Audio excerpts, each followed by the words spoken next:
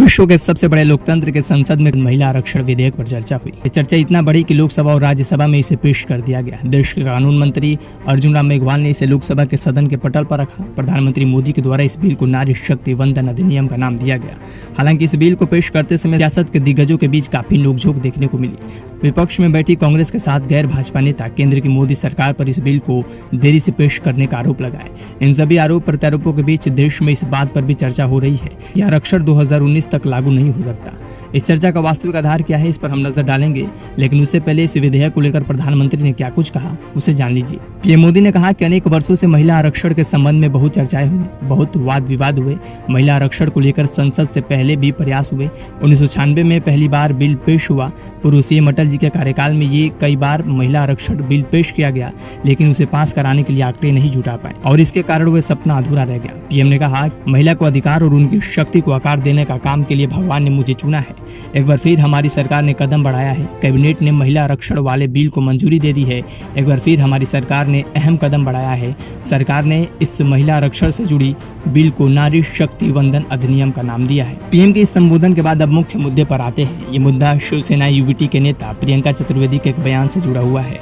दरअसल प्रियंका चतुर्वेदी ने कहा कि मैं उम्मीद करती हूँ कि ये तुरंत लागू होगा, लेकिन इस बिल में लिखा है कि ये परिसीमन के बाद ही लागू होगा। इसका मतलब ये हुआ कि आरक्षण 2019 तक लागू नहीं हो सकता। प्रियंका चतुर्वेदी ने आगे कहा कि आपने दरवाजे तो खोल दिए, लेकिन दरवाजों पर महिलाओं के लिए अभी भी नो एंट्री लगी है। प्रियंका चतुर्वेदी के द्वारा यहाँ परिसीमन के मुद्दे को लेकर पीएम मोदी पर महिला आरक्षण को लेकर तंज कसा जा रहा है। परिसीमन को लेकर कुछ नेताओं के बयान के बाद राजधानी की टीम ने कुछ मीडिया रिपोर्ट्स को परखने का काम किया, जिसके बाद हमारे सामने जो तथ्य निकल कर सामने आए उसमें परिसीमन की बात बिल्कुल जायज निकली। नई परिसीमन रिपोर्ट के अनुसार देश में अगला परिसीमन 2026 में होना है। परिसीमन का शाब्दिक अर्थ किसी देश या प्रांत के निर्वाचन क्षेत्रों की सीमा को तय करने की प्रक्रिया होती है। परिसीमन का काम एक उच्चाधिकार निकाय को सौंपा जाता है। ऐसे निकाय को परिसीमन आयोग या सीमा आयोग के रूप में जाना जाता है। परिसीमन का मुख्य उद्देश्य जनसंख्या के समान वर्गों को समान प्रतिनिधित्व प्रदान करना है। इसका कार्य हाल की जनगणना के आधार पर लोकसभा और विधानसभा की पुनः सीमाएं निर्धारण करना और सीमाएं पुनः निर्धारण में राज्य के प्रतिनिधित्व को स्थिर रखना है। सीधे शब्दों में समझे तो बिना जनगणना का परिसीमन नहीं कराया जा सकता। 1971 के बाद देश में 5 बार जनगणना हो चुकी है। 2021 वाली जनगणना अभी भी होनी है। नई संसद के उद्घाटन के बाद पीएम मोदी ने कहा था कि आने वाले समय में लोकसभा की सीटें बढ़ेंगी। राज्यसभा के उपसभापति हरिवंश सिंह और बीजेपी राज्यसभा सांसद सुशील मोदी ने भी परिसीमन का जिक्र किया। ऐसे में संभावना जताई जा रही है कि 2026 में परिसीमन किया जा सकता है। परिसीमन को लेकर जब आप 60-70 के दशक के इतिहास में झांकेंगे तो दक्षिणी राज्यों के कुछ शिकायत को दूर करने के लिए परिसीमन पर रोक लगाने का मुद्दा मिलेगा। इस पर इंदिरा गांधी के द्वारा 2002 तक रोक लगाई गई, जिसे पूर्व प्रधानमंत्री अटल बिहारी वाजपेयी ने 2026 तक आगे बढ़ाने का काम किया।